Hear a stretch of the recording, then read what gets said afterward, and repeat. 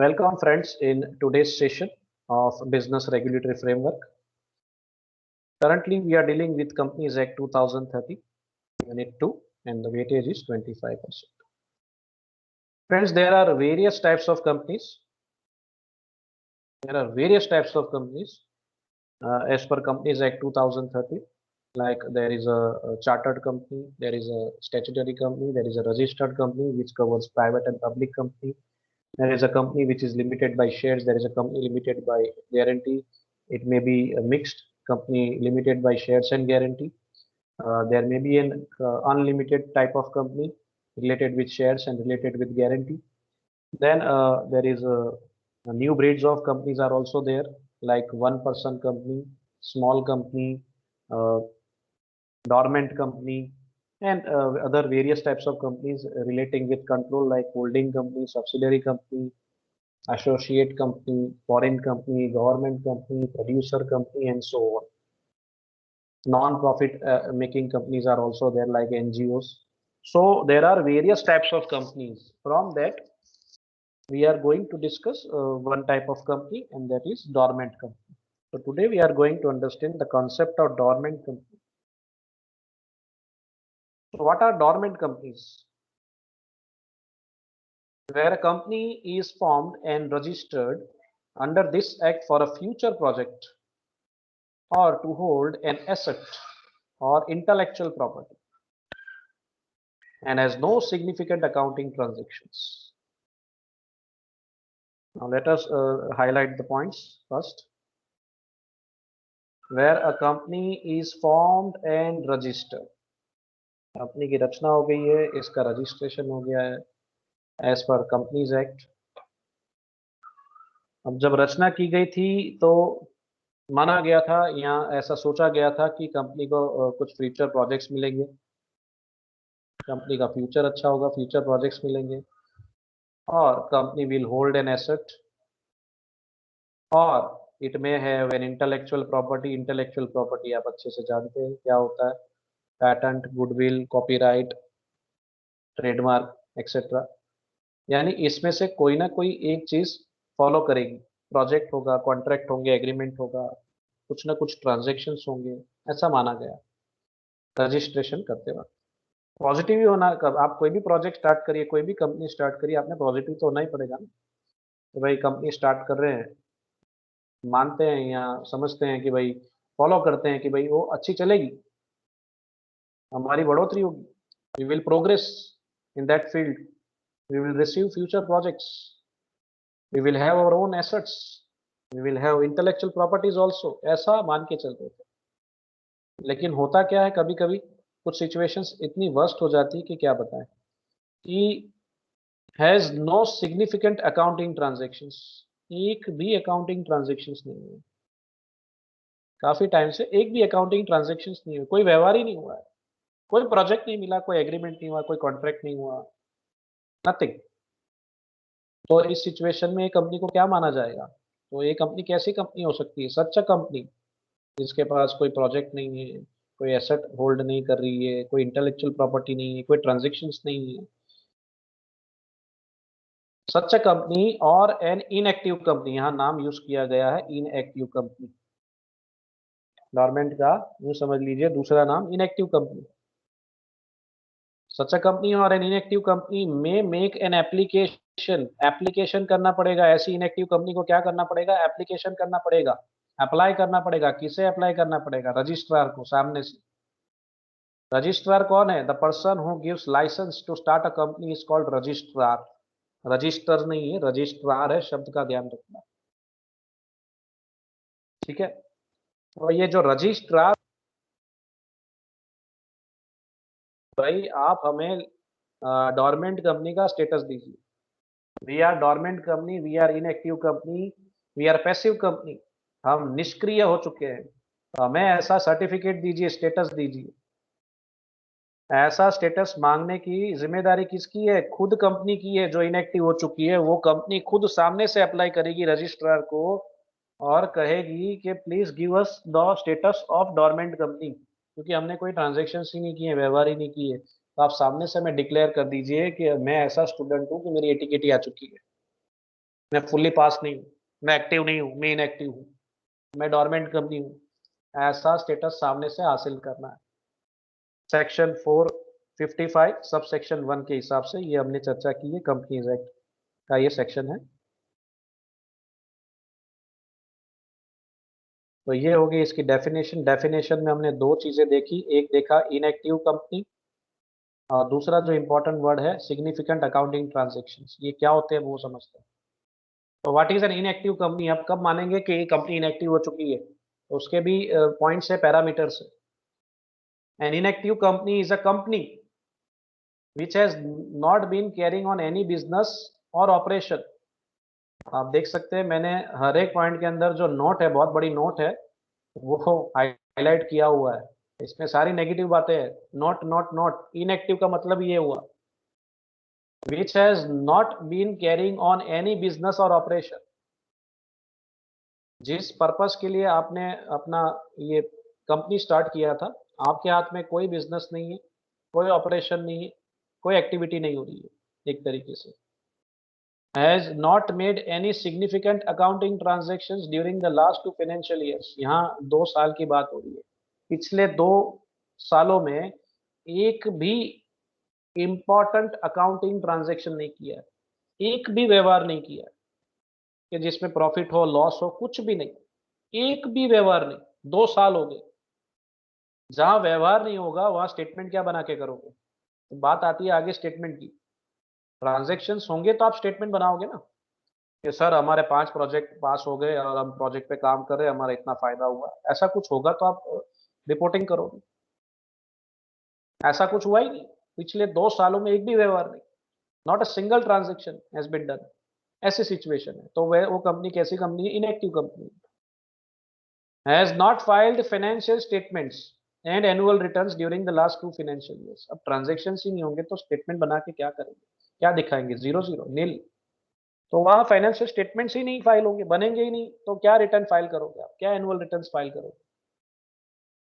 तो कोई बिजनेस नहीं हो रहा है, कोई अकाउंटिंग ट्रांजैक्शंस पिछले 2 सालों में नहीं हुए। जहाँ अकाउंटिंग ट्रांजैक्शंस पिछले 2 सालों में नहीं हुए तो वहाँ फाइनेंशियल स्टेटमेंट्स नहीं बनाए गए, ना ही एनुअल रिटर्न फाइल की, तो उसे हम इनएक्टिव कंपनी का दर्जा देंगे।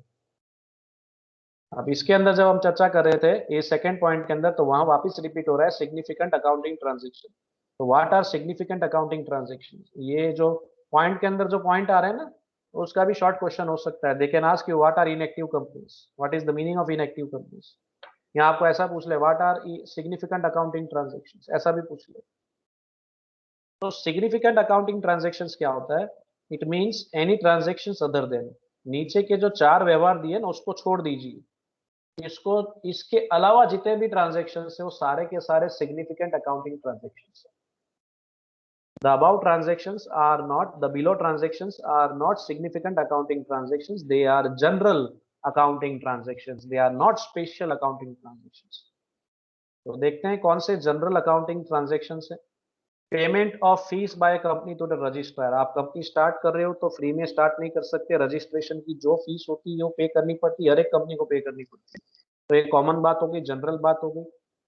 आप कॉलेज में एडमिशन ले रहे हो तो आप कैसे फीस पे करते हो, वैसी सेम सिचुएशन है, सबको पे करनी पड़ती है तो ये एडमिशन मिलता है।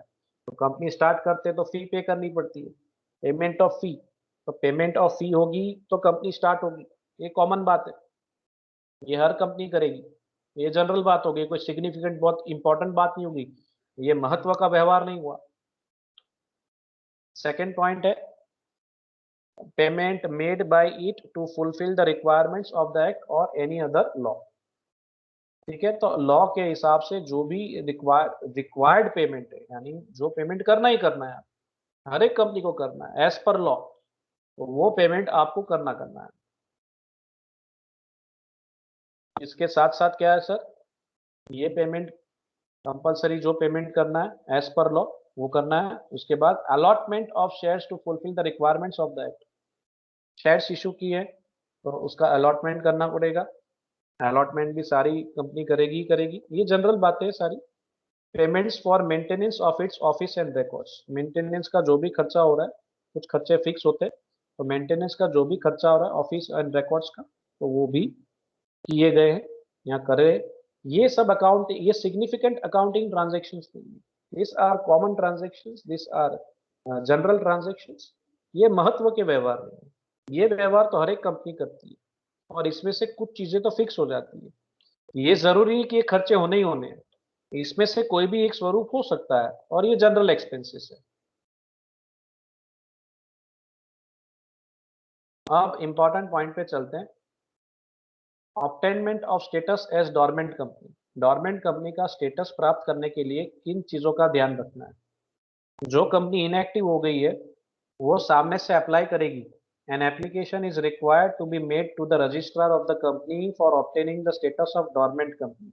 आप अपने व्हाट्सएप का कैसे स्टेटस रखते हो, वैसे ही कंपनी का भी स्टेटस होता है कि ये कंपनी एक्टिव है या पैसिव है, यानी एक्टिव है या इनएक्टिव है, डोरमेंट है, सक्रिय है या निष्क्रिय है। डोरमेंट का हिंदी शब्द होता है निष्क्रिय।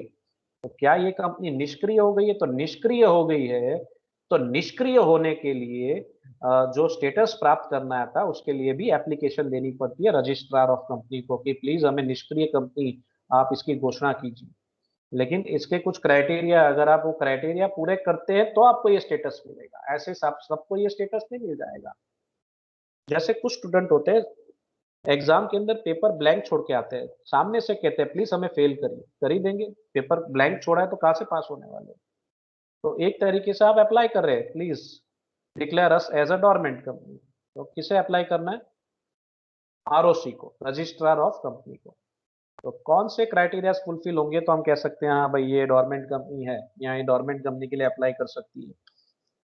नो इंस्पेक्शन, इंक्वायरी और इन्वेस्टिगेशन हैज बीन ऑर्डर्ड और टेकन अप और carried out against the company. Company के ऊपर कोई भी इंक्वायरी चलती हुई नहीं होनी चाहिए, कोई इन्वेस्टिगेशन रनिंग में नहीं होनी चाहिए, वो कंपनी अप्लाई कर सकती है for dormant company status. No prosecution, prosecution समझ में नहीं आया तो मैंने लिखा है दूसरे शब्दों में लीगल एक्शन या लीगल सूट। कहते हैं कि केस, कोई भी केस कंपनी के ऊपर पेंडिंग में नहीं होना चाहिए, चालू नहीं होना चाहिए। So no action, no suit, no prosecution has been initiated and pending against the company under any law। Bharat के अंदर जितने भी कायदे हैं उस कायदे के हिसाब से कोई भी पेंडिंग केस कंपनी के अगेंस्ट नहीं होना चाहिए। कंपनी के ऊपर कोई केस चालू नहीं होना चाहिए। कंपनी के ऊपर किसी ने केस किया होगा और वो केस चालू है, पेंडिंग है, तो वो डोरमेंट कंपनी का स्टेटस प्राप्त नहीं कर सकते, अप्लाई भी नहीं कर सकते, करेंगे तो रिजेक्ट हो जाएगा। The company is neither having any public deposits which are outstanding, nor the company is in default in payment thereof or interest therein। तो कंपनी ने कोई पब्लिक डिपॉजिट्स अगर लिए हैं, जनता से पैसे लिए हैं, तो ये पैसे रिटर्न कर देने हैं, आउटस्टैंडिंग नहीं होनी चाहिए, यानी बाकी नहीं होने चाहिए। अगर ये मैच्योर्ड हो गए हैं तो ये रिटर्न कर देने हैं, और इसके ऊपर जो भी ब्याज बनता है वो भी रिटर्न कर देना है। The company is not having any outstanding loan whether secured or unsecured. कोई भी लोन बाकी नहीं होनी चाहिए, लोन ली है तो पे कर दी, अगर वो मैच्योर्ड हो गई तो पे कर दी, तो हम कह सकते हैं कि आप अप्लाई कर सकते हैं for the dormant status. There is no dispute in the management और ownership of the company and a certificate in this regard is issued in prescribed form. जो कंपनीज जो कंपनी है, कंपनी के अंदर डिस्प्यूट नहीं होनी चाहिए, क्वारल नहीं होने चाहिए, झगड़े नहीं हुए होने चाहिए। अगर झगड़े हो रहे हैं कंपनी के अंदर अंदर तो वो नहीं चलेगा। अगर ऐसा डिस्प्यूट है तो मजा नहीं आएगा, डिस्प्यूट नहीं होना चाहिए, ऐसा एक सर्टिफिकेट भी देना है साथ साथ में। गवर्नमेंट स्टेटस प्राप्त करना है तो कंपनी के अंदर अंदर इंटरनल मैनेजमेंट में ये प्रॉब्लम्स नहीं होने चाहिए, कोई कॉन्फ्लिक्ट्स नहीं होने चाहिए, कोई डिस्प्यूट्स नहीं होने चाहिए। अगर है related with management, related with ownership of the company, तो फिर आप अप्लाई करने में आपको दिक्कत होगी। और डिस्प्यूट नहीं है ऐसा एक सर्टिफिकेट भी देना होगा। The company does not have any outstanding statutory taxes, duties, etc. payable to the central government or any other state government or local authorities, etc. कोई भी आउटस्टैंडिंग टैक्स बाकी नहीं होना चाहिए। टैक्स की अगर लायबिलिटी बनती है, टैक्स पे करना है तो टैक्स पे कर देना चाहिए। कोई ड्यूटीज हो सकती है, एक्सपोर्ट इंपोर्ट का बिजनेस हो तो ड्यूटीज भी लगती है। तो कोई भी टैक्स वगैरह, ड्यूटीज वगैरह अगर पे करनी बाकी है, central government, state government, depends on the types of tax और depends on the types duties, तो वो उसके हिसाब से पे कर देना है, बाकी नहीं होना चाहिए। अगर बाकी तो पे कर देना है, फिर आप अप्लाई कर सकते हैं for the documents. The company has not defaulted in the payment of workmen's due। किसी कर्मचारी के पैसे भी बाकी नहीं होने चाहिए, किसी भी कर्मचारी की सैलरी या वेजेस जो भी है वो पे कर देनी है, उनकी कोई भी पेमेंट बाकी नहीं होनी चाहिए। The securities of the company are not listed on any stock exchange within or outside India. The securities of the company are not listed on any stock exchange within or outside India. Listed इनके shares, इनकी securities कोई भी stock exchange पे listed नहीं होनी चाहिए। ठीक है, तो अगर ये सारी चीजें हैं, ये सारे पॉइंट्स अगर बनते हैं, तो ये सारे पॉइंट्स के हिसाब से ये सारे पॉइंट्स फॉलो करके, क्राइटेरिया फॉलो करके आप डोरमेंट स्टेटस की जो स्टेटस है वो ऑब्टेन कर सकते हैं, प्राप्त कर सकते हैं। लेकिन इन सब पॉइंट्स का ध्यान रखना है, ये कोई भी पॉइंट्स बाकी नहीं रहने चाहिए, सारे पॉइंट्स कवर कर लेने, यानी कोई भी चीज आउटस्टैंडिंग नहीं होनी चाहिए, बाकी नहीं होती। टैक्स बाकी पे कर दीजिए, लोन लिए लोन रीपे कर दीजिए, किसी एम्प्लॉयज की पेमेंट बाकी है तो वो पे कर दीजिए, किसी क्रेडिटर के पैसे बाकी वो पे कर दीजिए, अगर आपके कोई डिस्प्यूट्स है तो सॉल्व कर लीजिए। तो ये सारी चीजें क्लियर करनी है। तो हमने स्टेटस ऑब्टेन करने के क्राइटेरियाज देख लिए। अब आगे बढ़ते हैं, डिक्लेरेशन एज डोरमेंट कंपनी। तो इसमें पहला पॉइंट क्या है sir? On application dormant company का जो डिक्लेरेशन है वो कैसे होगा, कैसे मिलेगा आपको? डोरमेंट कंपनी का स्टेटस कैसे मिलेगा? एप्लीकेशन करके। कंपनी ने डोरमेंट स्टेटस प्राप्त करना है, डोरमेंट कंपनी का स्टेटस प्राप्त करना है, कैसे प्राप्त होगा? पहला स्टेप क्या है? On application. एप्लीकेशन करके आप ये काम कर सकते हैं। अप्लाई कीजिए। कहाँ अप्लाई करना है? The registrar of the company on consideration of the application shall allow the status of a dormant company to the applicant and issue a certificate in such a form as may be prescribed to that effect. Application करनी है dormant company ने, inactive company ने, registrar of company को, और status प्राप्त करने की कोशिश करनी है डोरमेंट कंपनी का। अगर एप्लीकेशन देंगे तो आपको ये स्टेटस मिल सकता है और इसका एक सर्टिफिकेट आपको दिया जाएगा। सर्टिफिकेट मिला, जिस तारीख का आपको सर्टिफिकेट मिला उसी तारीख से आपकी कंपनी डोरमेंट कंपनी मानी जाएगी। ऑन एप्लीकेशन हो गया, आप खुद सामने से अप्लाई कर रहे हैं कि हमें डोरमेंट कंपनी का स्टेटस दीजिए। अगर आप अप्लाई नहीं करते तो आपको ऑर्डर आ जाएगा, ऑन डिफॉल्ट कहते हैं उसे।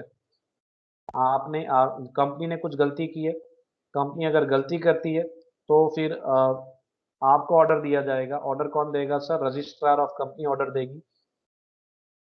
देखते हैं कैसे। On default if a company which has not filed financial statements और annual returns for 2 financial years consecutively, 2 साल तक ना ही आपने फाइनेंशियल स्टेटमेंट्स फ्रेम किए हैं, फाइल भी नहीं किए, फ्रेम भी नहीं किए, फाइल भी नहीं किए, एनुअल रिटर्न्स फाइल नहीं किए, अगर ये सिचुएशन है तो आपको सामने से नोटिस आएगी कि 2 साल तक आपने कोई भी स्टेटमेंट्स नहीं बनाए, फाइल नहीं किए, एनुअल रिटर्न्स फाइल नहीं किया है, तो आपको सामने से नोटिस आ जाएगी। नोटिस कौन भेजेगा? The registrar of company shall issue a notice to that company and enter the name of such company in the register maintained by dormant company.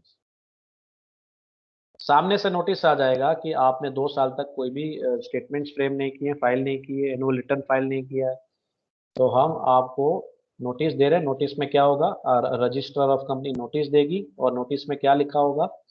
ये आपकी कंपनी को हम डोरमेंट स्टेटस दे रहे हैं। हमारी जो रजिस्ट्रार ऑफ कंपनी जो register maintain करती है डोरमेंट कंपनीज का, उसमें उनका नाम लिख दिया जाएगा। जैसे ये नोटिस मिली, नोटिस उसी वक्त से ये कंपनी को ये स्टेटस मिल जाएगा डोरमेंट कंपनी का। तो हाउएवर अ डोरमेंट कंपनी में बिकम एन एक्टिव कंपनी। क्या डोरमेंट कंपनी एक्टिव कंपनी बन सकती है? जो इनएक्टिव हो गई है, पैसिव कंपनी हो गई है, जो निष्क्रिय हो गई है, क्या ये फिर से सक्रिय हो सकती है? इनएक्टिव क्या फिर से एक्टिव हो सकता है? हाँ सर, हो सकता है। डोरमेंट कंपनी में become an active company on an application to the registrar with relevant documents. आपको रिलेवेंट डॉक्यूमेंट्स सबमिट करने होंगे कि भाई अब तक हमारे पास एक भी व्यवहार नहीं था, लेकिन अभी अभी हमें एक प्रोजेक्ट मिला है, 2 प्रोजेक्ट मिले या 5 प्रोजेक्ट मिला है और अब हम एक्टिव हो चुके हैं। तो आप एक्टिव कंपनी का स्टेटस फिर से प्राप्त करना चाहें तो कर सकते हैं, लेकिन पुख्ता डॉक्यूमेंट्स, रिलेवेंट डॉक्यूमेंट्स आपने सबमिट करने होंगे।